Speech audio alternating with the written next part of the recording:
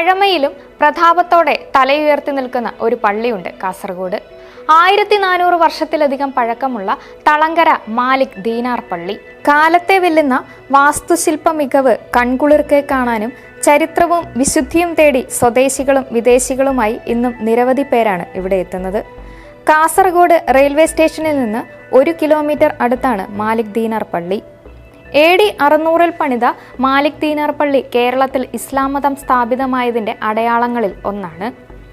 കറുത്തമരക്കാതലിൽ മനോഹരമായി കൊത്തിയുണ്ടാക്കിയ കൊച്ചു പുഷ്പങ്ങളും വള്ളികളും ഇലകളുമെല്ലാം പഴയകാല വാസ്തുശില്പ മികവാണ് തെളിയിക്കുന്നത്. അകത്തേക്കും പുറത്തേക്കും പോകാൻ ഒട്ടേറെ വാതിലുകളുമുണ്ട്. മാലിക് ഇബ്നു ദീനാർ അന്ത്യവിശ്രമം കൊള്ളുന്ന മക്ബറയും സംഘം വന്ന് ഇരുന്ന സ്ഥലവും കൂടാതെ മരത്തിൽ തീർത്ത വാതിലുകളും ജനലുകളും പ്രസംഗപീഠവും പഴയകാല വാസ്തു സൗന്ദര്യത്തിൻ്റെ അടയാളങ്ങളാണ്. അറേബ്യയിൽ നിന്ന് കപ്പൽ കയറി വന്ന മാലിക് ഇബ്നു ദീനാറും സംഘവും കേരളത്തിലും ദക്ഷിണ കർണാടകയിലുമായി 10 പള്ളികൾ പണിതുയർത്തി. അതിലൊന്നാണ് കാസർഗോഡ് സ്ഥിതി ചെയ്യുന്നത്. കേരളത്തിൽ ഇസ്ലാം സ്ഥാപിക്കുന്നതിനും വ്യാപിക്കുന്നതിനും മാലിക് ഇബ്നു ദീനാറും സംഘവും വലിയ പങ്കുവഹിച്ചതായി ചരിത്രരേഖകളിൽ കാണാം.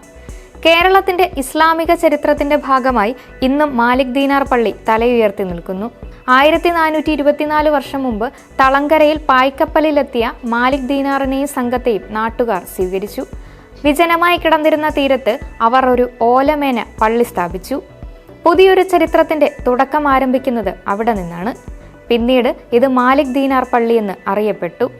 തളങ്കരയിൽ വെച്ച് തന്നെ അദ്ദേഹം മരണപ്പെട്ടെന്നും പള്ളിയോട് ചേർന്നുള്ള ഖബർസ്ഥാനിൽ അന്ത്യവിശ്രമം കൊള്ളുന്നതായും വിശ്വസിക്കപ്പെടുന്നു. മാലിക് ദീനാർ കാസർഗോഡ് വന്നതിൻ്റെ ഓർമ്മ പുതുക്കുന്ന ഉറൂസാണ് ഇവിടുത്തെ ഏറ്റവും വലിയ ആഘോഷം.